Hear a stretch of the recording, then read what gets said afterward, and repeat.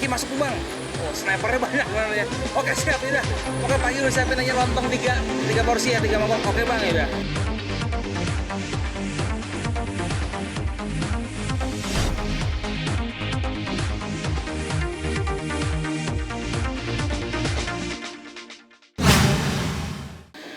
Saya di penjara, semua orang yang peduli sama saya luar biasa.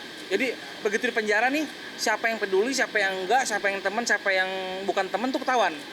Nah, Vicky termasuk orang yang peduli, yang menghubungi saya, lalu ngirim bantuan ke saya.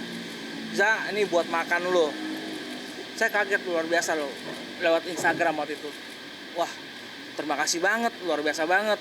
Jadi saya bisa makan ayam, bisa makan yang agak-agak enak ya kan. Nah, begitu saya dengar Vicky masuk, ya namanya juga udah agak senior di Salemba 2 tahun gitu ya, setahun setengah. Jadi laporan, "Bang, Vicky masuk tuh, Bang." Oh, snipernya banyak sebenarnya. Oke, siap ya. Oke, pagi udah siapin aja lontong 3 porsi ya, 3 mangkok. Oke, Bang ya. Langsung dikirimin ke Vicky. Saya cuman orang pramuka nyampein ke Vicky bilang, "Bang Vicky, udah dari Reza."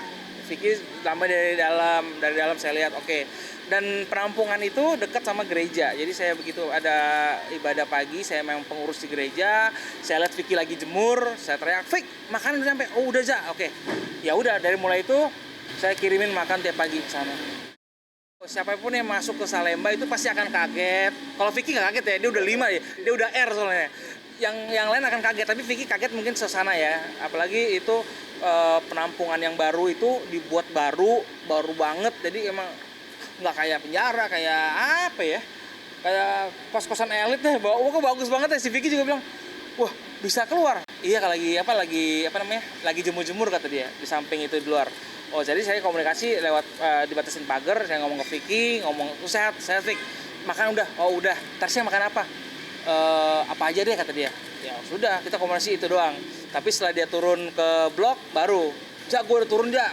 Dia pakai Corvée-nya kalau nggak salah, kirim ke kamar saya, ngasih tahu kalau Bang Vicky udah pindah ke kamar. Oh ya udah, saya samperin, akhirnya kita ngobrol banyak. Awal-awal newbie biasanya kaget pasti, karena gini, kita pikirnya tuh penjara tuh seram. Wah, lu bakalan dipukulin, lu bakalan diperkosa, lu bakalan pokoknya diinjek-injek. Tapi enggak, tergantung kita bawanya gimana sih. Kalau memang kita membawanya dengan tahu situasi, kita rendah hati, kita nggak sombong, orang-orang itu juga pasti, orang-orang itu ada orang-orang apa ya, yang terpilih kayaknya. Gue bilang nggak semua orang terpilih. Kalau lu terpilih masuk semua Salemba, karena yang terpilih itu pasti Tuhan sudah mempersiapkan rencana besar buat kita yang dalam ini. Kalau memang benar-benar bisa peka terhadap tandanya, kita pasti jadi besar, jadi emas di luar. Terpilih jadi untuk perubahan ya, Mas. Untuk perubahannya itu dia. Jadi tadi sudah ketemu juga Farid, luar biasanya ya. Aku tahu Farid tahu aku. Jadi kita sama-sama sudah saling bisa menerima kok apapun itu.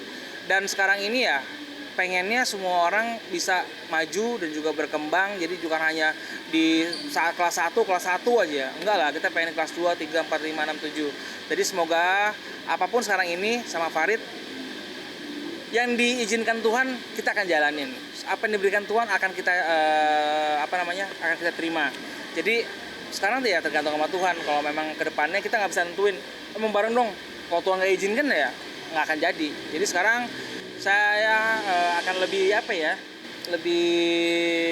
lebih tahu diri lah, lebih hati-hati juga ya, karena kalau kita punya rencana tanpa persetujuan Tuhan ya nggak akan bagus, dan juga nggak akan ada damai sejahtera. Jadi mendingan sekarang kita tunggu sama Tuhan kasih, kita jalanin apapun itu. Walaupun nanti akan balik lagi sama Farid, ya kenapa tidak gitu aja.